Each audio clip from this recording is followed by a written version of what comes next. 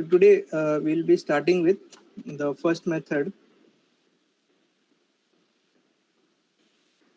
of approximate estimate, and that is a plinth area method. So first of all, we'll have to see what is actually a plinth area. So you must have done this in your BDD also. So various types of areas are there in a particular structure. So we will just brush up through all those things. And once we know how to find out plinth area and everything, then we'll start with one numerical. Basic term that we need to understand here is plinth area, floor area, carpet area, circulation area. And in circulation area, there will be two types. One will be the vertical circulation and one will be the horizontal circulation. Tell me anything about a plinth area. What will be a plinth area? Area covered by the taking external dimension of the building floor at the floor level. We'll see one by one. So basics are the first type of area is plinth area. So as everybody is saying, plinth area is a built-up covered area measured at the any floor level. Okay, so it is a built-up covered area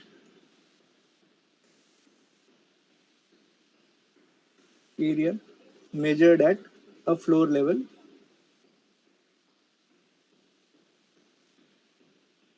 So what all areas will be included in this?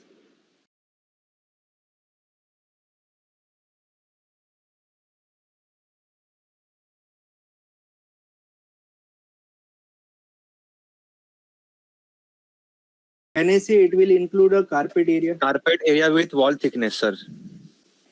Okay, so it will involve a carpet area, then it will involve the staircase. So whatever area you will see in a building, so all those areas will be covered in a plinth area. So carpet area, it will include the staircase, it will include the lift shaft. If there is a lift, you will have to provide a lift shaft or lift well. So all those areas will be covered in plinth area. Again, if there are in nowadays, what we can provide is we are providing some garbage chutes. Means people will come there and they will throw their garbage, and that will be stored in some duct. So we are providing a garbage chutes also. So for all those areas will be covered. So garbage chutes are there.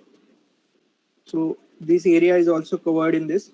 Likewise, there are some shafts which are provided or some ducts which are provided for various types of services like plumbing services and electrification services.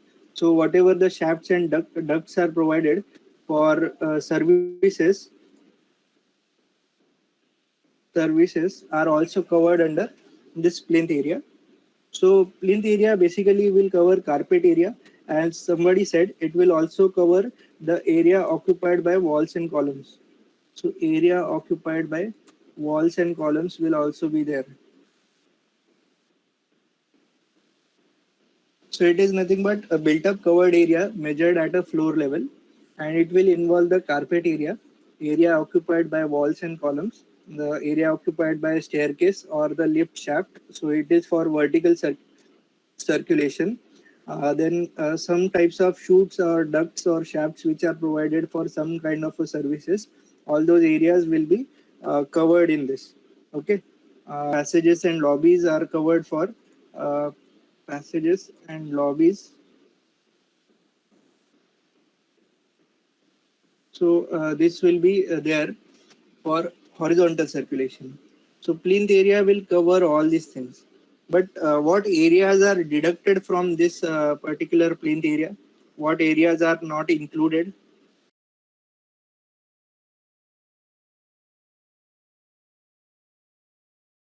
These are not included.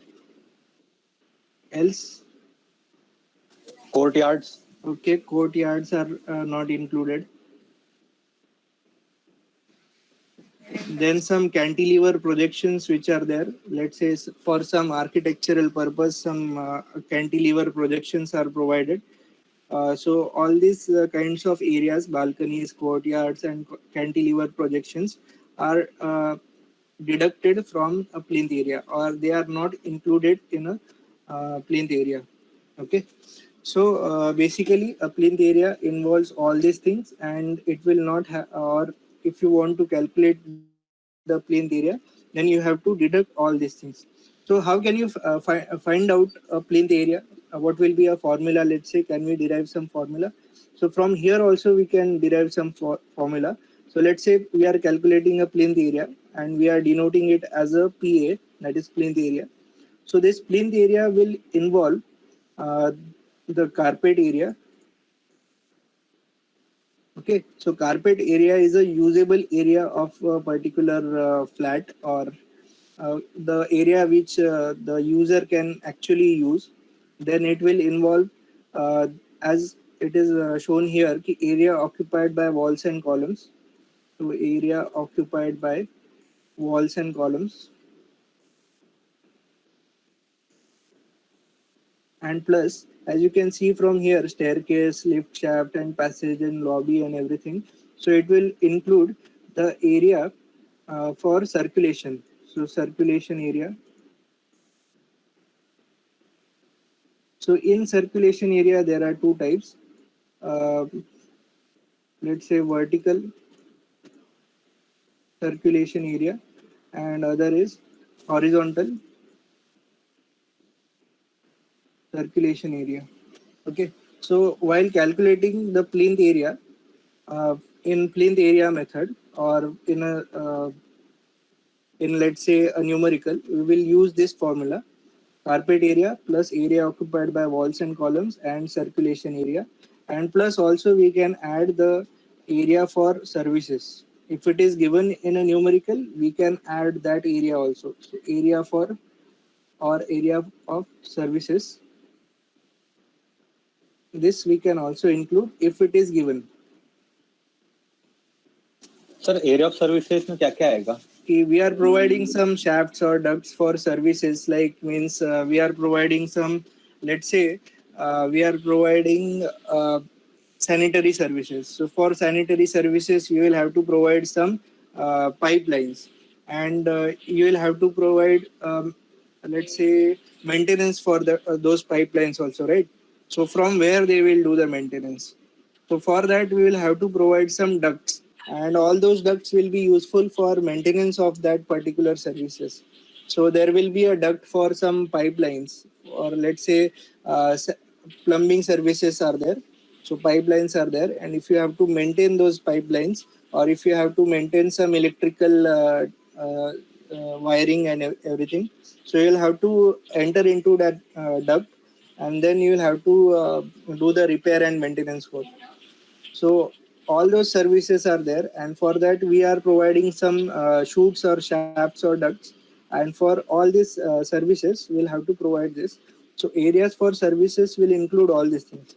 So, but for as of numericals, we don't have to consider or bother about area for services, as it is a negligible area. So this is about the plinth area. So what about the next thing? What is a floor area? What will be a floor area? So it is a total plinth area minus the area occupied by wall. So okay, so whatever area, if you see on a particular floor without a wall, that will be your total floor area. Okay, so every other circulation area and everything will be there, but we have to exclude just a wall area from a total plinth area. That will give us a particular floor area. So next thing is we have to calculate, and there is a difference between a floor area and a carpet area. We will see what is the difference. Okay. So what is the carpet area then? Usable area. Okay. So carpet area is nothing but a usable area or a livable area. So carpet area will include what portions or everything in our house except for walls will be a usable area for us. So that will be covered under a carpet area. So what areas will be excluded from this carpet area? Walls and circulation. So carpet area, how we can find out this carpet area? Carpet area will be equal to floor area, let's say, minus circulation area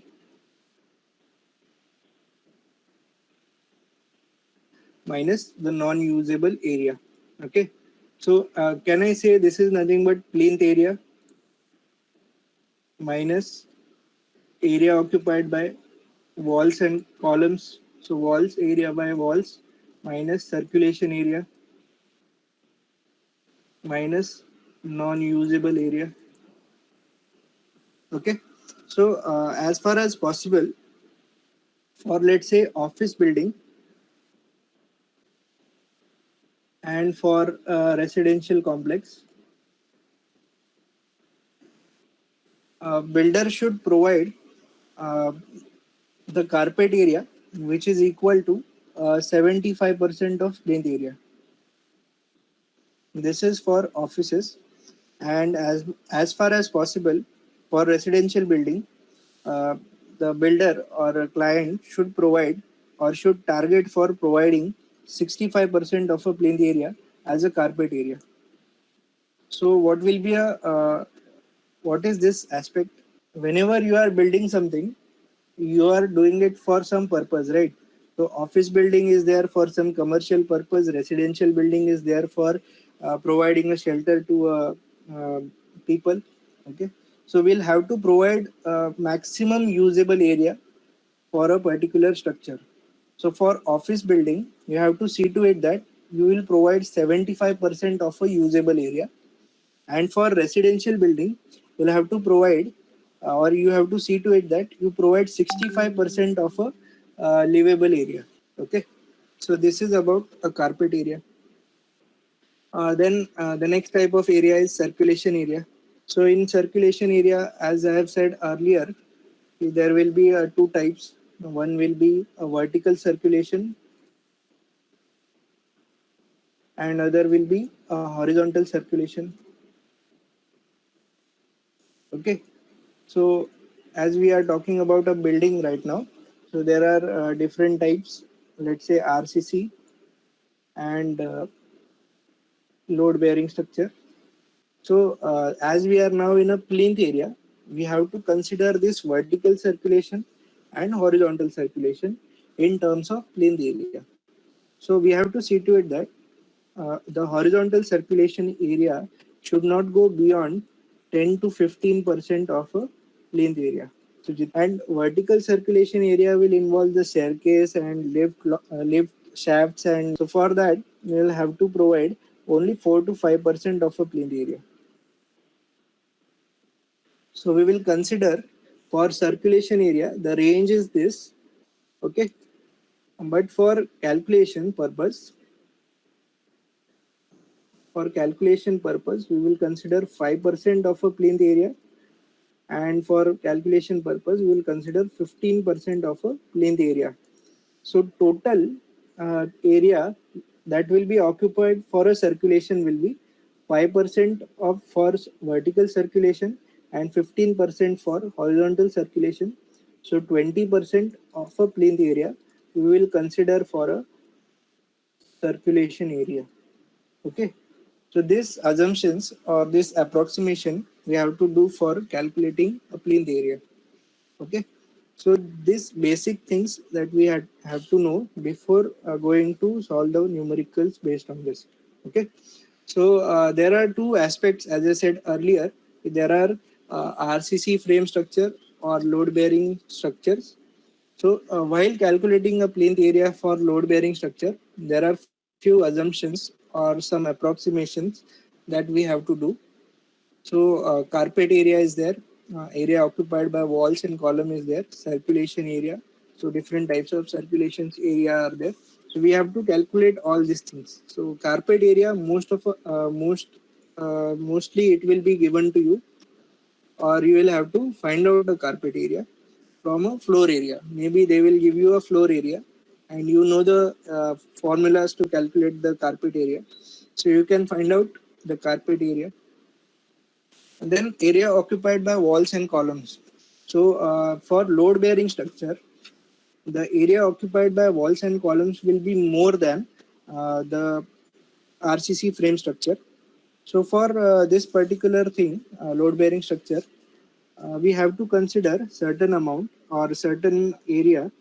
So area occupied by walls and columns for load bearing structure will be in the range of 10 to 15% of a plinth area. As we are considering a plinth area method, we will be considering all this area in terms of plinth area only. So area occupied by walls and columns for load bearing structure is in the range of 10 to 15%. Okay. Whereas circulation area we have already discussed. Vertical circulation area is, let's say, 5% of a plinth area, and horizontal circulation area is 15% of a plinth area. So all this data we'll have to extract from a numerical, and then we'll have to find out a plinth area, and then we'll see how to find out all those costs and everything. Okay, so this is for load bearing structure. Similarly, there will be something for RCC frame structure. So carpet area, again, it will be given to you, or you will have to find out. So here, area occupied by walls and columns. So for RCC frame structure, area occupied by walls and columns will be lesser than the load bearing structure. As a load bearing structure, if you differentiate, load bearing structure will have walls everywhere, as it is a supporting system. So in that case, your area occupied by walls and columns were on a higher side, let's say 10 to 15%. So we'll consider 15% for load bearing structure, whereas for RCC frame structure, area occupied by walls and columns is on a lower side. So we will consider 5 to 10% of a total plinth area as a area occupied by walls and columns. Okay, so for circulation area, again vertical circulation, it will be 5% of a plinth area, and for horizontal circulation, it will be 15% of a plinth area. So all this data we'll have to extract from a numerical, or we'll have to it will be given to us, and based on all these areas, we'll have to find out the cost of a particular structure. So can you find out the plinth area if you know the carpet area? So as we have discussed earlier also, the plinth area is carpet area plus area occupied by walls and columns plus area occupied by circulation area, that is vertical circulation and horizontal circulation, plus there are some services, but those services will not take that much of an area, so that area is negligible. So if you know all these things, can you find out a plinth area? Yes, sir.